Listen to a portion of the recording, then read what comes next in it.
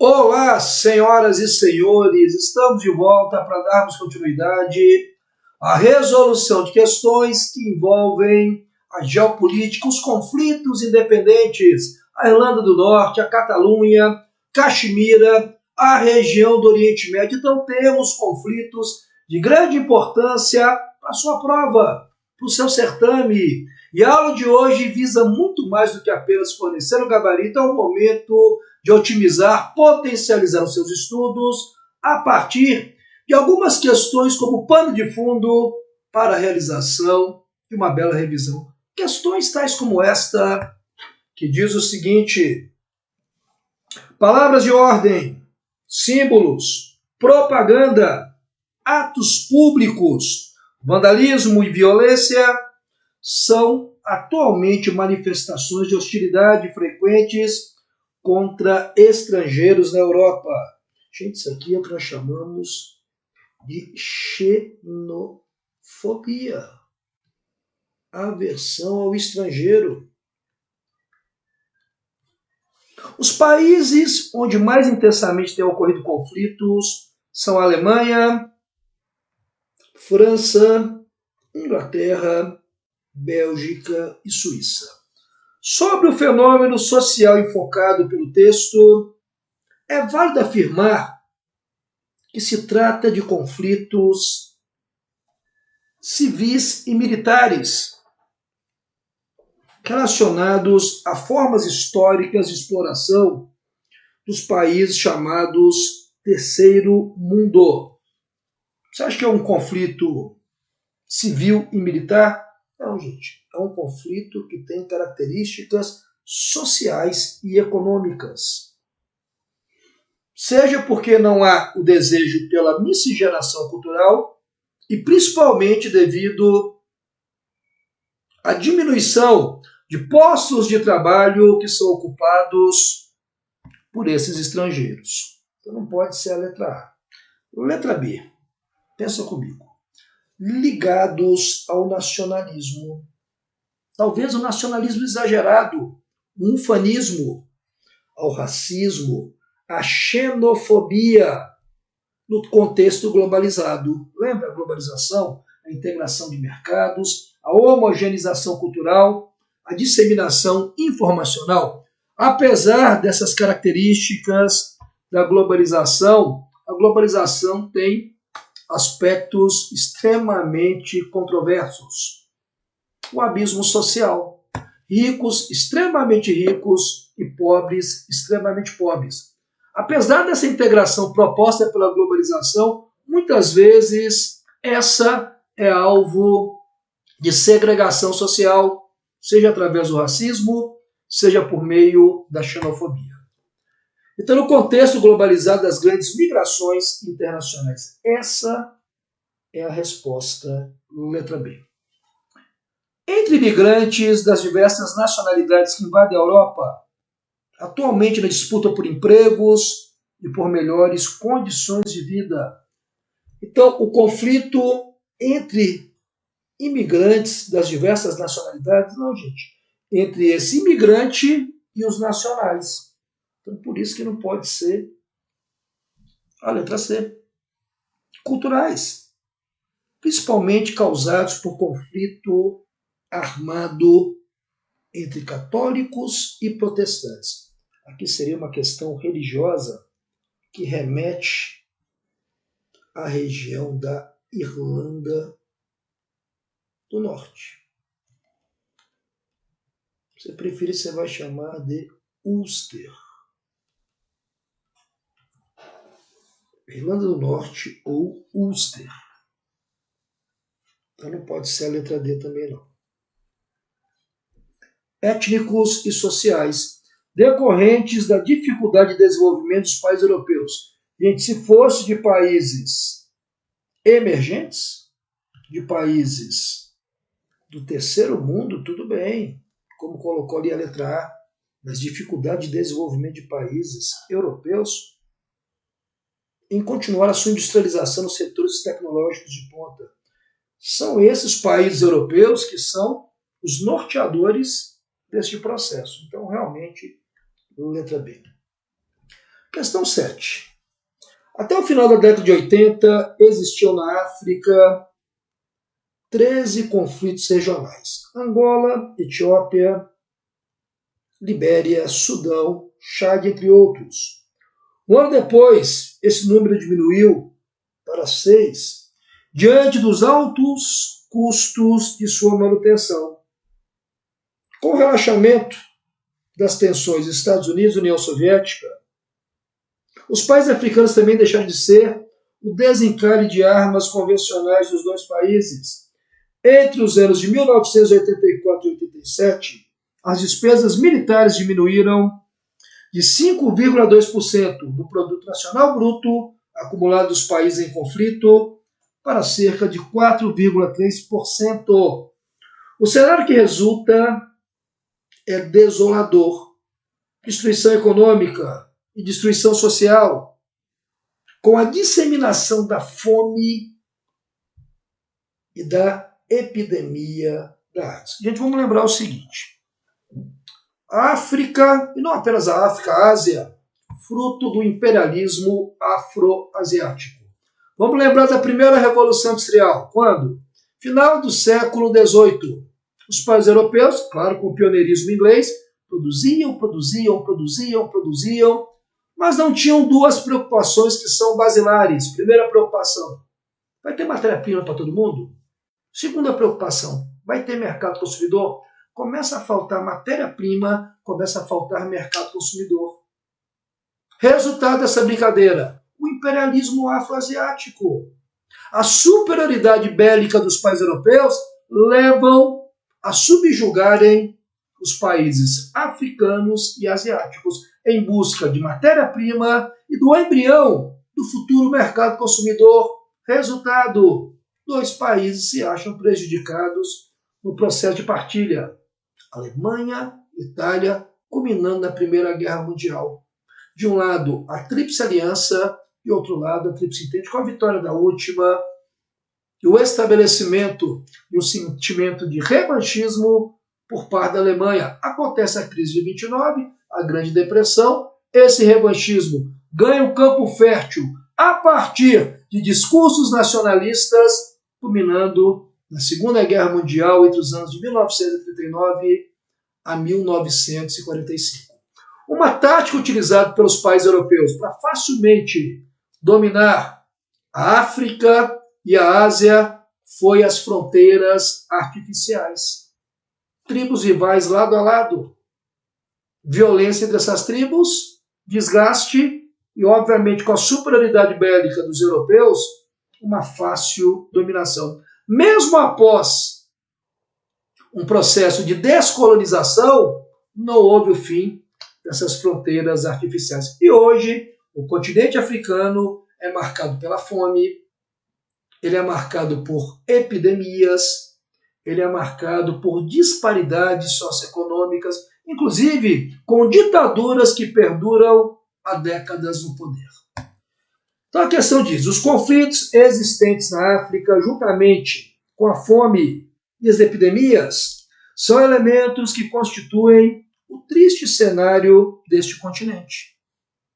Entre as explicações para compreendermos a existência dessas intermináveis guerras regionais, podemos apontar. Então, eu quero apontar explicações para essas guerras regionais. Vamos pegar a letra A.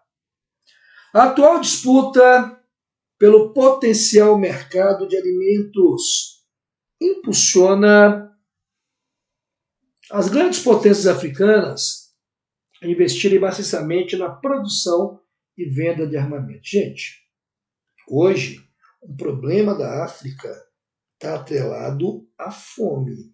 Então, você está falando, mas há um potencial mercado de alimentos. Aí eu tenho as grandes potências africanas. Quais são essas grandes potências?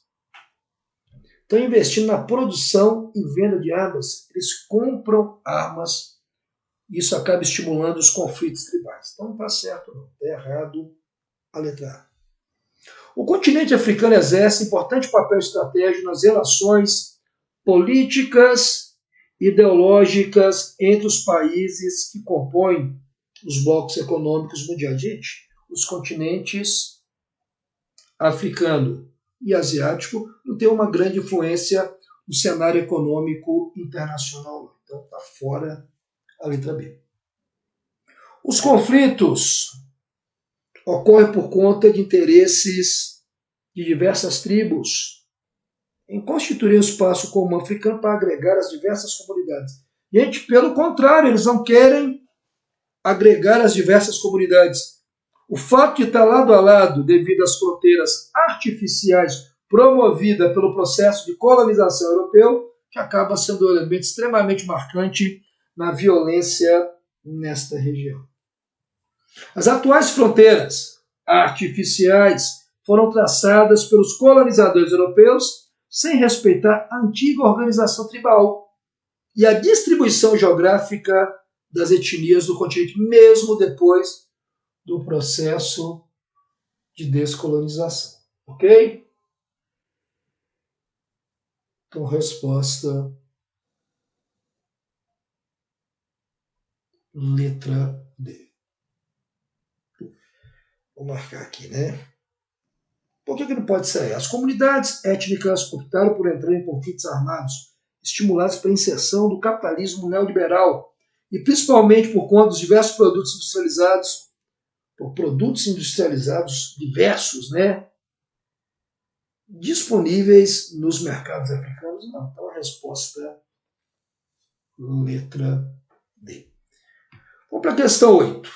O Islã foi o alicerce sobre o qual se ergueu um grande império, o mundo muçulmano, que se estende pelo Oriente Médio, África do Norte, África setentrional, é importante destacar também, tá? Norte ou setentrional, a Ásia setentrional e o pequeno trecho da Europa é o fruto desse império. O mundo árabe não se confunde com o mundo muçulmano. Qual a diferença? Eu já destaquei em algum momento isso. Nas nossas aulas, árabe está associado à língua. Etnia é uma condição de nascimento. Islamismo e ser muçulmano são normas de comportamento social. O islamismo é uma religião que vai ter o quê? Uma norma de comportamento social, que é o fato de você ser muçulmano. Quem é islâmico é muçulmano e vice-versa, mas não necessariamente é árabe. Só para você ter ideia, Indonésia, o maior país islâmico do planeta, mas não tem origem árabe. O Irã são persas, mas seguem o islamismo. População, em sua grande maioria, muçulmana, porque é uma teocracia do Irã. Não há uma separação entre a religião e as questões de ordem política do Estado iraniano. Só para você lembrar da região de Teherã. Então está dizendo exatamente isso. O Oriente Médio, núcleo histórico e cultural do Islã, do mundo árabe, figura como um foco de conflitos geopolíticos, nacionais e religiosos. Um dos eixos desse conflito é a disputa pela influência na região petrolífera do Golfo Pérsico. Outro eixo é a questão nacional entre Israel e Palestina, que tem repercussões mundiais. Com base no texto acima dos conhecimentos gerais sobre a cultura árabe no Oriente Médio, podemos afirmar que a diferença entre mundo árabe e islamismo é: árabe é uma expressão utilizada para expressar os costumes e a cultura muçulmana, certo ou errado? Errado. Costumes e a cultura está relacionada a ser muçulmano. Árabe está relacionado à etnia, está relacionado à língua. É uma condição de nascimento. O islamismo deve ser a religião oficial de qualquer nação que queira se tornar árabe. Não. Eu posso ser árabe, mas não necessariamente eu ser islâmico. O islamismo nada mais é do que uma doutrina religiosa. Árabe se refere à língua, perfeito. Muçulmano, religião, normas de comportamento social. Resposta, tudo para ser a letra C. As diferenças entre mundo árabe e mundo muçulmano são praticamente nulas, não são nulas. Eu posso ser muçulmano e não ser árabe. Eu posso ser árabe e não ser muçulmano, então não são nulas, não. Uma é a condição de nascimento, outra é normas de comportamento social.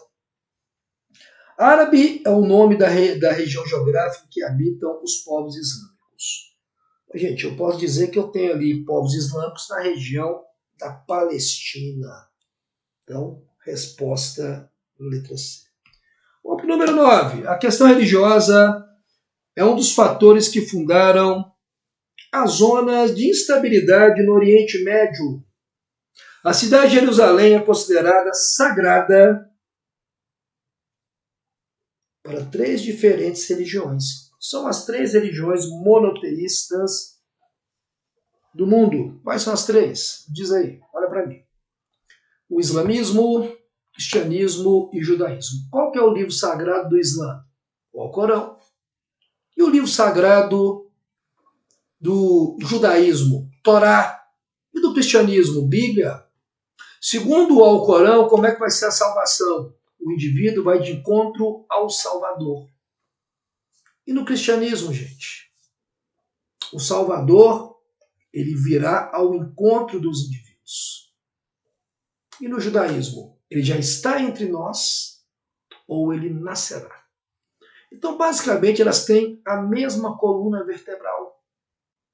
Havendo algumas divergências, no primeiro momento, divergências territoriais, que se expandiram para divergências doutrinárias religiosas. Então, as 3 religiões que eu tenho vinculadas a Jerusalém, quem que vai ser? Olha a letra A. Budismo. Não, budismo, gente. China, né? Olha a letra B. Islamismo, judaísmo, cristianismo. Resposta, né? Muito fácil. Letra B. Por que não pode ser a letra C? Hinduísmo. A letra D. Hinduísmo, budismo. E a letra E.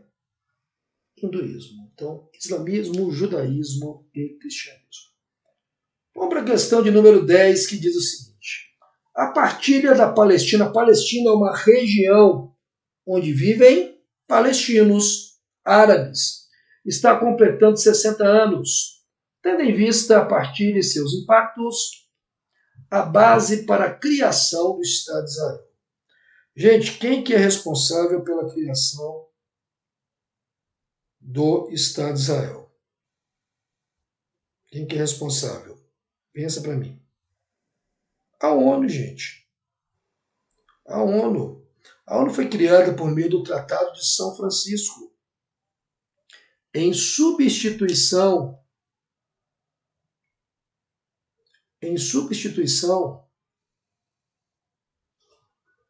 à Liga das Nações. E a ONU quis chegar chegando. Ela quis pegar cachorro grande. Quem que era o cachorro grande? O cachorro grande era um conflito marcado há décadas, né, gente? Há décadas. Entre irmãos, né?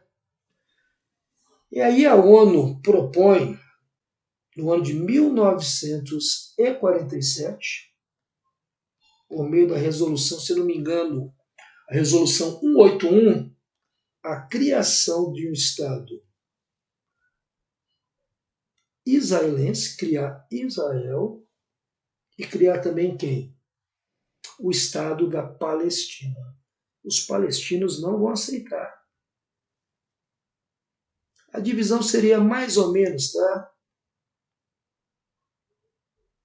55% para a criação do Estado de Israel, 45% para a criação da Palestina. É claro que eu estou tirando aqui Jerusalém, que seria uma zona internacional. Gente, quem que não aceita? Os palestinos. Se você lembrar lá da época do Império Romano, o que aconteceu com os hebreus que viviam na região? Foram expulsos, um movimento chamado de diáspora. Porém, no final do século XIX, início do século XX, um rabino extremamente influente, em relação ao povo hebraico. Esse teve uma visão onde este povo voltava à terra prometida, a região do Monte Sião, e houve um movimento chamado de sionismo, onde esses hebreus começam a comprar terras de árabes em dificuldade, formando kibbutz, as denominadas fazendas coletivas.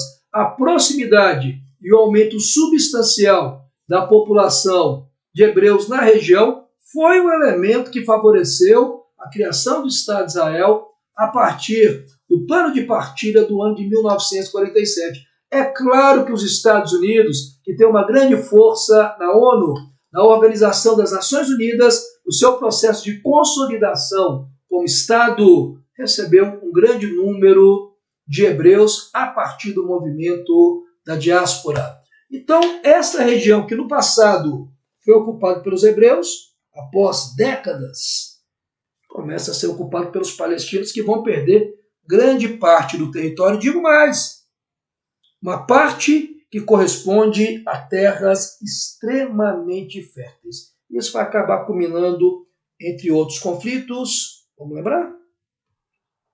Você vai ter 1949, a Guerra de Independência de Israel, que é vencida por Israel graças à atuação de David Ben-Gurion. 1967, Guerra de 6 Dias. 1970, nós vamos ter a crise do petróleo. 1973, um ataque em um dos principais feriados judaicos, o feriado de Yom Kippur. 1979, a primeira intifada, uma reação dos palestinos, o ataque com paus e pedras. E no ano 2000, a segunda intifada. Lembrando que nesse intervalo aqui, ó, eu tenho o Acordo de Oslo, o ano 1993, entre Yasser Arafat, da Organização de Libertação da Palestina, e Isaac Rabin, né, vinculado ao Estado de Israel. Então você vê que é um conflito que ele remete a um tempo substancial aí, levando esta região a um grande barril de pólvora. Tanto é, gente, que eu tenho 4 áreas de grande relevância: faixa de Gaza, Monte Sinai, Colinas de Golã e a Cisjordânia. Do ponto de vista estratégico, qual que é a mais importante? Faixa de Gaza? Não. Então você falou Monte Sinai. Religioso, sim. Cisjordânia também não. As Colinas de Golã, sim, porque é ali que eu tenho as principais nascentes. O problema da região, basta você lembrar, o deserto de Negev é a falta de água. Por isso que eu preciso de controlar a água através do controle das Colinas de Golã. Muito interessante essa história. Poderia ficar aqui muito tempo falando sobre ela. Mas vamos para a questão que a gente veio aqui para trabalhar. Vamos lá. A questão diz o seguinte. Olha que bacana. Ela diz o seguinte. A partir da Palestina está completando 60 anos. Tendo em vista, a partir de seus impactos, a base para a criação do Estado de Israel foi assentada, letra A, na existência de um Estado judaico sob a aprovação dos árabes. Não. Tanto é que os árabes não aprovaram e houve a formação do Estado de Israel. Guerra de independência posteriormente no ano de 49. Então não pode ser a letra A. Letra B. Na legitimação pela força comprovada pela sequência de conflitos e guerras. Então foi legitimado pela força? Não, foi legitimado pela Organização das Nações Unidas. Então não foi pela força, não. Ok? Beleza?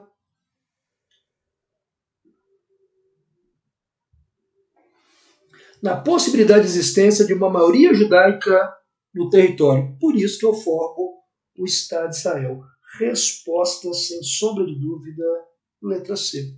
Letra D, da ideologia sionista que defendia a entrada de judeus na Palestina sob o domínio inglês.